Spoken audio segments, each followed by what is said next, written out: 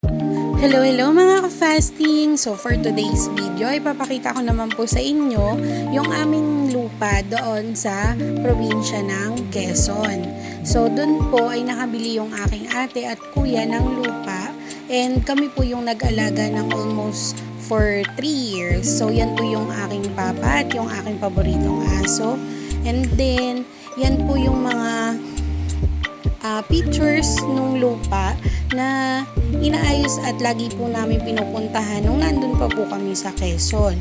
So ang ginagawa po namin is nililinisan namin siya, tinatabasan ng mga damo-damo kasi hindi naman po may iwasan na magkaroon siya niyan dahil nga po malaki yung lupa and syempre pag tag-ulan, tutubo at tutubo po talaga yung mga damo. So yung time po na yan ay nagtanim na po kami ng maraming niyog. So yan po yung mga binabantayan namin dahil nagpunla po kami ng marami.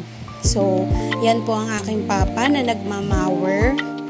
Yan, tas ang aking jowa na nagmamower din. So yan po yung mga mower na ginagamit namin panlinis ng mga damo doon sa lupa. And yan po yung mga tumubo po doon ng mga baging-baging.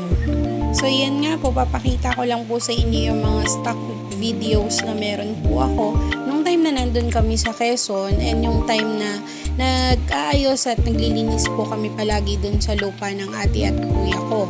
So yan po kasi mga video na yan ay ginagamit ko para po ma-update sila everyday sa mga ginagawa po namin and yung mga update din po syempre sa mga tanim namin na niyog and then yung mga nandyan po sa lupa, no? Kung okay pa rin po ba or kung may nasira po ba, like po niyang mga nakikita natin na poste dyan, yung mga kulay puti, kasi yan po yung isa sa mga ininvest nila na maipatayo namin para po malagyan ng bakod yung buong lupa and makita po namin kung nasaan at hanggang saan yung mga sukat namin. So yan po yan, kasi nagpasukat pa po kami ng lupa nung time na yan and doon po namin pinalagyan ulit ng mga bagong mohon. So syempre mahalaga po yun sa mga kagaya natin na nag-own ng lupa, kailangan po na may sukat at tama yung magiging sukat at lalagyan natin ng mga poste kasi mahirap din naman po na magkaroon ng kadiskusyon sa kahit sino po sa mga taong taga doon din. So yan po yung mga ginagawa namin dyan, naglilinis, iniipon yung mga damo-damo and then tsaka po namin kakalay-kayin, iipunin para naman po malinis at maging maayos. So yan po mga nakikita nyo ay yung mga naipon namin mga damo-damo, mga sanga-sanga kasi kailangan po syempre 'di ba? Kung lilinisin din natin, ayusin na natin and hindi namin po yan tinatambak ha, hindi rin po kami nagpuputol ng puno. So disclaimer lang po, hindi po puno ang pinuputol namin, mga damo-damo lang po or mga halamang ligaw. Tapos pagka nililinis po namin yan, isinaayos po namin hanggang sa malusaw na lang po sila at maging pataba na rin mismo ng aming lupa.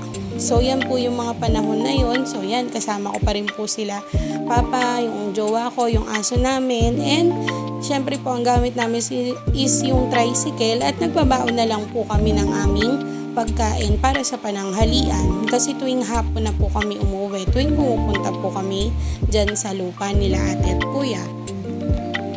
Then next po na ginagawa namin dyan, pag nalinis na po namin lahat, binibidyo namin, binibilang, tinitignan kung meron pong mga namatay or nasira na mga punla ng nyog.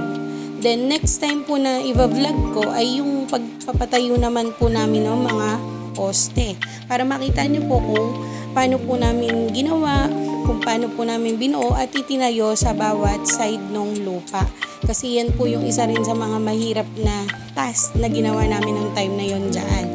So yan po yung mga bagging na pinakita ko dun sa pictures kanina, ganyan po karami yun.